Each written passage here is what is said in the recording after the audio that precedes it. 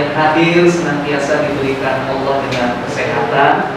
Dan teman-teman kita yang tidak hadir pada kesempatan hari ini, semoga kalau sakit segera disehatkan, kalau ada acara kegiatan yang lain dimudahkan urusannya. Nah, teman-teman semuanya, untuk melancarkan kegiatan kita pada siang hari ini, marilah kita awali terlebih dahulu dengan berdoa. Kepada anak yang bertugas, silakan untuk memimpin teman-teman untuk berdoa terlebih dahulu di tempat duduknya saja. Silakan. Baik teman-teman, sebelum memulai pelajaran di siang hari ini, mari kita berdoa. Bismillahirrahmanirrahim. Allahumma allimna ma yanfa'una warfa'na bima 'allamtana wa zidna 'ilma bi rahmatika ya arhamar rahimin. Terima kasih Mas Akbar dan juga teman-teman semuanya. Semoga doa kita Allah memudahkan, melancarkan, dan tentu saja memberikan ilmu yang bermanfaat pada perjumpaan siang hari ini. Amin. Untuk selanjutnya, sebagai warga negara yang baik, tentu saja kita harus cinta kepada negeri kita. Untuk itu, kesempatan yang awal ini kita silakan berdiri terlebih dahulu, kita nyanyikan lagu nasional Satu Nusa Satu Bangsa. Silakan berdiri.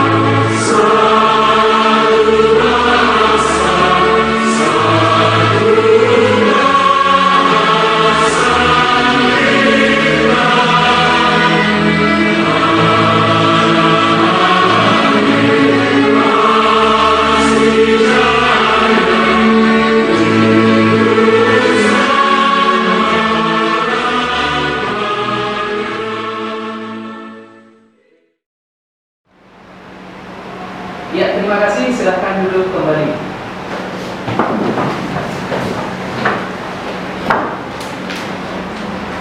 Terima kasih teman-teman semuanya. Kita sudah berdoa dan juga sebagai warga negara kita juga menguatkan nasionalisme kita, patriotisme kita dengan mengulang menyanyikan lagu nasional apa tadi?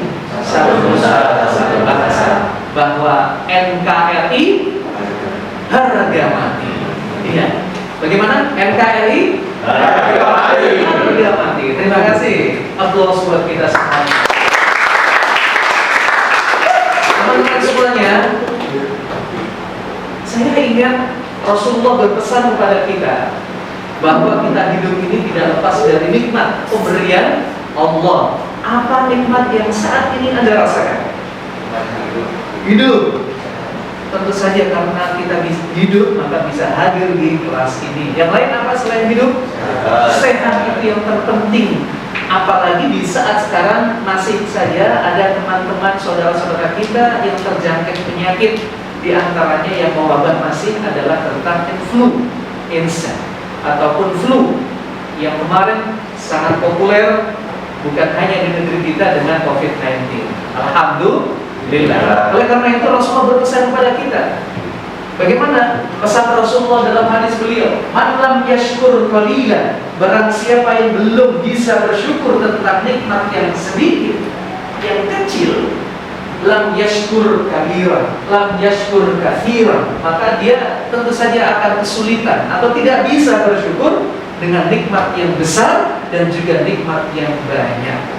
Jadi kalau sedikit aja dia tidak bersyukur, apalagi kalau diberi nikmat yang banyak. Kalau kecil, sedikit kita sudah bisa bersyukur. Niscaya kalau diberi banyak nikmat, sukses, bukan hanya sehat lagi, gitu kan? Apalagi yang lain, nikmat-nikmat lagi yang lain. Besok kalian masuk perguruan tinggi tanpa tes, gitu kan? Dapat teman-teman yang baik, gitu kan? Orang tuanya juga sehat-sehat semuanya, dan banyak lagi nikmat yang lain, tentu kita juga akan semakin bersyukur. Kalau yang kecil, orang tidak mau bersyukur, diberikan yang banyak, dia akan semakin jauh atau semakin kufur. La in syakartum la azidannakum. nanggung. Barang siapa bersyukur maka akan ditambah nikmat yang lain. Ya, terima kasih. Selanjutnya, silakan teman-teman menyaksikan ada beberapa hal yang fenomena muncul dalam masyarakat kita. Bahkan hal fenomena ini yang menggejala dalam masyarakat kita ini bukan hanya dalam gejala atau bentuk perilaku saja, tetapi sempat viral dan itu menjadi trigger gitu ya dalam masyarakat, ikut-ikutan gitu ya dan lain sebagainya. Ada dua potret, ada dua fenomena. Yang pertama terkait misalnya diawali dengan fenomena yang viral, jadi ketika berada di sirkuit Mandalika. Di mana itu? Lombok. Lombok itu di Nusa Tenggara Timur. Nusa Tenggara Barat. Barat. Bagus, terima kasih. Nusa Tenggara Barat. Beberapa waktu yang lalu ada peristiwa atau event internasional, apa namanya? MotoGP. Salah satu di antara event olahraga nasional otomotif gitu kan. Siapa yang ada di sana? Ya, Wah, Mas Ian, ikutin siapa? Barara. Luar biasa. Ada hal yang saya berikan kepada Anda sebagai potret tentang kasus ataupun fenomena ini, bahwa ada sosok yang profesinya itu sebagai pelawak hujan. Karena di saat itu sedang tingginya curah hujan, bahkan deras sekali gitu kan. Bahkan pada waktu pelaksanaan saja hujannya sangat deras. Maka muncullah sosok yang memang sudah disiapkan sejak awal. Siapa dia? Pertanyaan saya, kenapa hujan itu menjadikan harus memanggil seorang pawang hujan, yang konotasi pawang hujan itu harus menghalau agar hujan yang tadinya harusnya turun tidak bisa turun? Saya mau tanya kepada Anda, apakah hujan itu sesuatu yang membuat mudarat? Mudarat itu apa? Bahaya, rugi gitu kan? Apakah merugikan? Kalau dalam event ini mungkin ruginya tidak berjalan dengan skema atau skenario awal begitu kan. Tetapi kita dalam kacamata Islam, apakah diperbolehkan? Apakah hujan itu memang sesuatu yang harus dihindarkan sehingga harus datangnya pawang hujan? Dari siapakah hujan itu turun? Allah. Nah, nanti juga akan kita hubungkan dengan materi pada siang hari ini. Yang kedua, misalnya berduyun-duyun, banyak generasi, mungkin teman-teman kalian yang ada di sana, semoga kita tidak termasuk bagian itu, belajar ada tarot, zodiak dan seterusnya. Alasannya ngapain belajar itu? Alasannya ngapain percaya itu? Oh, zodiaknya itu Virgo, zodiaknya itu apa? Aries dan seterusnya. Oh, kita zodiaknya sama, berarti jodoh gitu ya, berarti nasib dan seterusnya. Apakah memang demikian? Tidak. Itu fenomena yang muncul juga di kalangan remaja, teman-teman kita yang ada di luar. Selanjutnya, ada seseorang khususnya dari kaum hawa, wanita, ingin terlihat performanya cantik gitu ya. Apalagi orang kalau lihat dia terpesona, tertarik, seksi dan seterusnya gitu ya, terpikat dan seterusnya. Dia melakukan hal yang menghalalkan segala macam cara, diantaranya adalah dengan menggunakan susu. Saya mau tanya, susu itu apa? Apakah susu itu kalian pergi ke kantin harus yang bayarnya 5.000, kalian bayar 10.000? Nah, 5.000 ibaratnya itu susu orang itu. Yang dimaksud bukan susu itu, guys.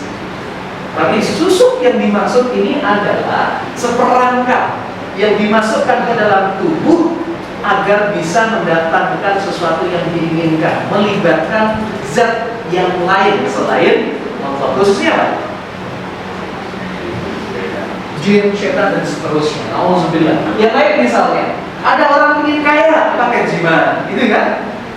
Dan lain sebagainya. Bahkan yang belum lama terjadi peristiwa wafatnya, kalian tahu tokoh yang sangat monumental di salah satu negara. Ternyata sudah ada ramalan sebelumnya kapan dia meninggal. Saya mau tanya, apakah Anda tahu meninggalnya saya, teman-temanku? Orang tuamu, kawan-kawanmu, keluargamu. Tahu nggak? Tidak. Yang tahu kapan orang meninggal siapa? Allah. Tapi ada oknum yang merasa tahu.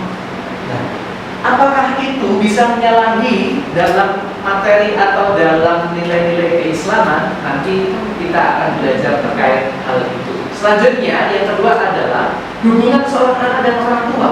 Ada seorang anak yang rela memukuli bapak ibunya yang sudah tua. Padahal harusnya seorang anak kalau dengan orang tua bagaimana? Bukan menganiaya, tetapi harusnya berjaga. Bahkan ada yang membuang, saking kayaknya orang tua sudah tidak berguna. Begitu kan? Atau bahkan sampai tega membunuh. Nauzubillah min dzalik. Dua hal itu kita akan pelajari dalam satu tema besar, yakni dalam Quran surat Luqman ayat 13 dan juga ayat 14. Oke? Tapi sebelumnya silakan teman-teman semuanya masuk di quizzes, masukkan kodenya dan kita kerjakan bersama.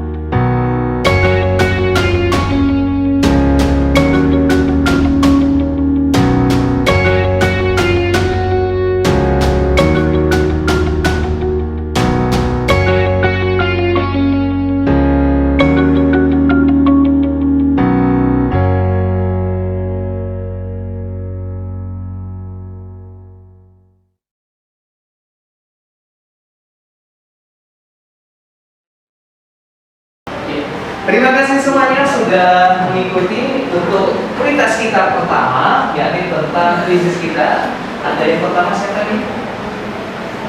Ya, iya, terima kasih, hebat, luar biasa semuanya. Ya.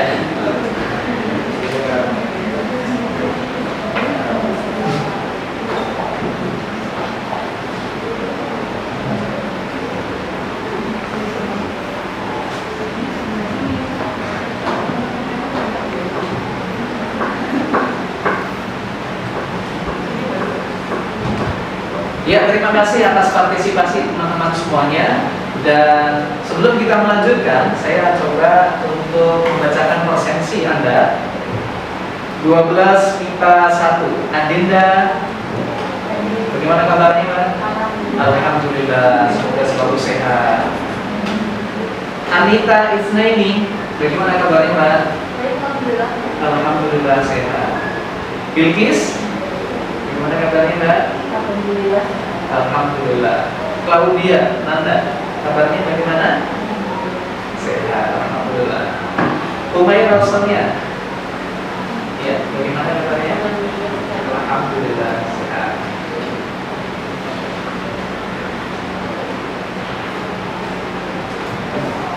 Oke, selanjutnya pada materi ini saya sudah menyiapkan aplikasi sederhana yang bisa menjadi bahan belajar.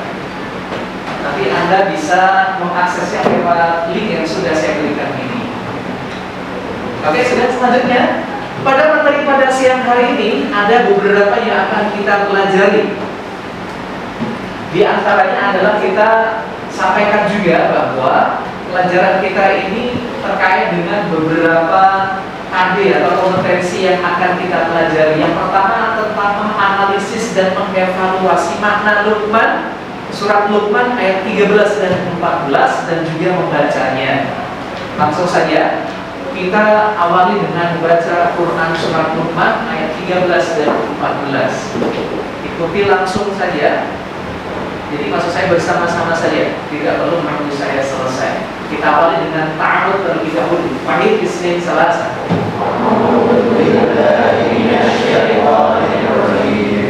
Bismillahirrahmanirrahim.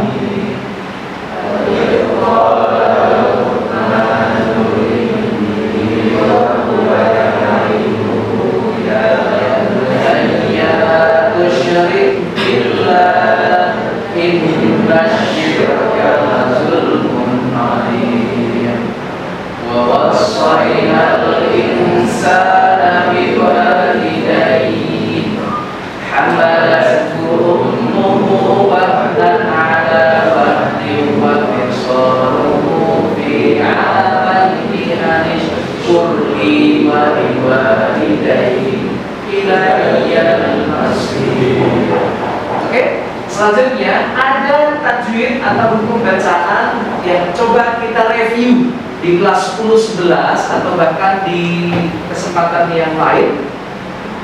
Saya yakin Anda sudah mempelajari ini dari ayat pertama, ayat 13. Mungkin Anda menemukan banyak, tapi di sini yang akan kita review di antaranya yang pertama mad asli, di mana ada mad tabi'i bertemu dengan huruf matobi.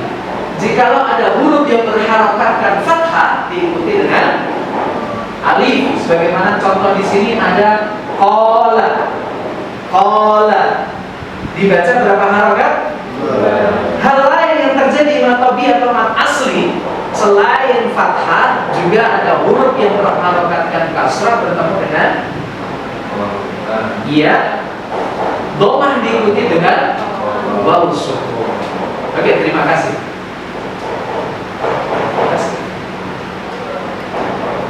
Selanjutnya teman-teman semuanya, pembahasan materi dari Quran Surat Luqman ayat 13 dan 14, yakni terkait dengan salah satu sosok, figur, orang yang dimonumentalkan oleh Allah, dicantumkan Allah dalam kitabnya Al-Quran Al-Karim. Siapa itu?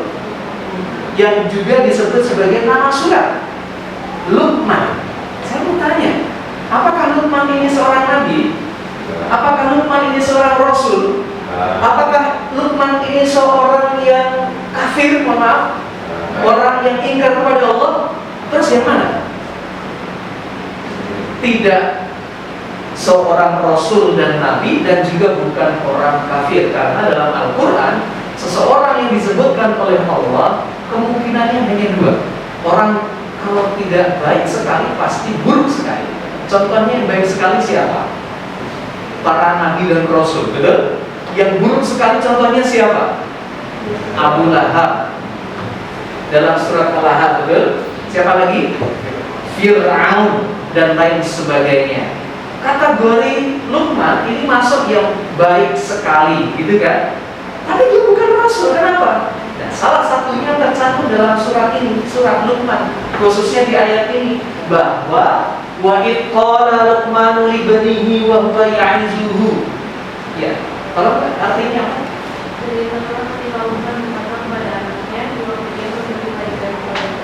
Luqman mengatakan atau menasehati putranya. Bagaimana hubungan orang tua dan anak? Hubungan orang tua dan anak harusnya ada hubungan kasih dan sayang, betul tidak? Apakah orang tuamu sayang kepada kalian? Pasti. Begitu juga kalau kita sebagai seorang anak harusnya sebaliknya. Begitu juga yang terjadi dengan Luqman, ada kasih sayang, ada cinta di situ, sehingga Luqman menginginkan agar anaknya itu menjadi anak yang baik, yang selamat, sukses. Salah satu di antaranya dinasihatkan apa? Yang pertama, la tusyrik billah. Wahai anakku, tentang apa ini? Larangan berbuat syirik atau mempersekutukan Allah. Contoh menyekutukan Allah apa? Percaya selain Allah, contohnya apa? Bukan berhala. Mempercayai dukun, mempercayai peramal, mempercayai orang yang profesinya seperti itu, kata-katanya. Bahkan Rasulullah menyampaikan, man atta arafat, barang siapa yang mendatangi dukun, peramal dan sejenisnya, dia fasadaqahu, dan mempercayai omongannya, maka sholatnya selama 40 hari tidak diterima. Salah satu dampak dari percaya tentang omongan dukun dan seterusnya. Yang tadi salah satu di antara terkait dengan itu kita munculkan, bahkan sampai viral gitu kan, dan seterusnya. Itu betul-betul diingatkan kepada putranya Luqman. Kenapa? Inna syirka la zulmun azim, bahwa syirik itu merupakan zalim yang besar. Buya Hamka menyebutkan kenapa kezaliman yang besar? Karena seakan-akan dia memperbodoh. Saya berikan salah satu ilustrasi contoh. Kisahnya Nabi Ibrahim, bagaimana memusnahkan, menghancurkan semua patung-patung milik orang tuanya, bapaknya. Siapa bapaknya Ibrahim? Azar. Gitu kan? Apa yang terjadi selanjutnya? Endingnya bagaimana?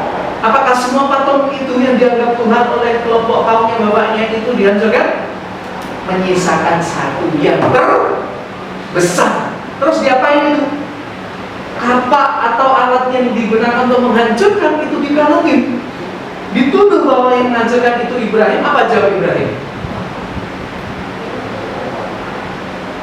Yang menghancurkan, yang memunggal Tuhan-Tuhan mereka atau patung-patung itu adalah yang terbesar. Jawaban orang-orang atau kaum ayahnya bagaimana? Tidak mungkin patung tidak bisa melakukan sesuatu, apalagi menghancurkan patung yang lain. Ini menjadi senjata balik, dikonterkan lagi kepada kaumnya. Bagaimana apa yang disampaikan oleh Ibrahim? Kalau kalian tahu bahwa patung tidak bisa berbuat apa-apa, kenapa kalian sembah? Bukankah itu bentuk memperbodoh diri sendiri? Itu salah satu contohnya. Jelas-jelas bahwa kalau kita meminta kepada makhluk terbatas, apalagi bukan makhluk. Patung apakah diciptakan? Apakah makhluk itu? Tidak. Apakah benda hidup itu? Tidak mati. Gitu kan? Oh, yang makhluk saja sangat terbatas, apalagi yang benda mati dikira manusia.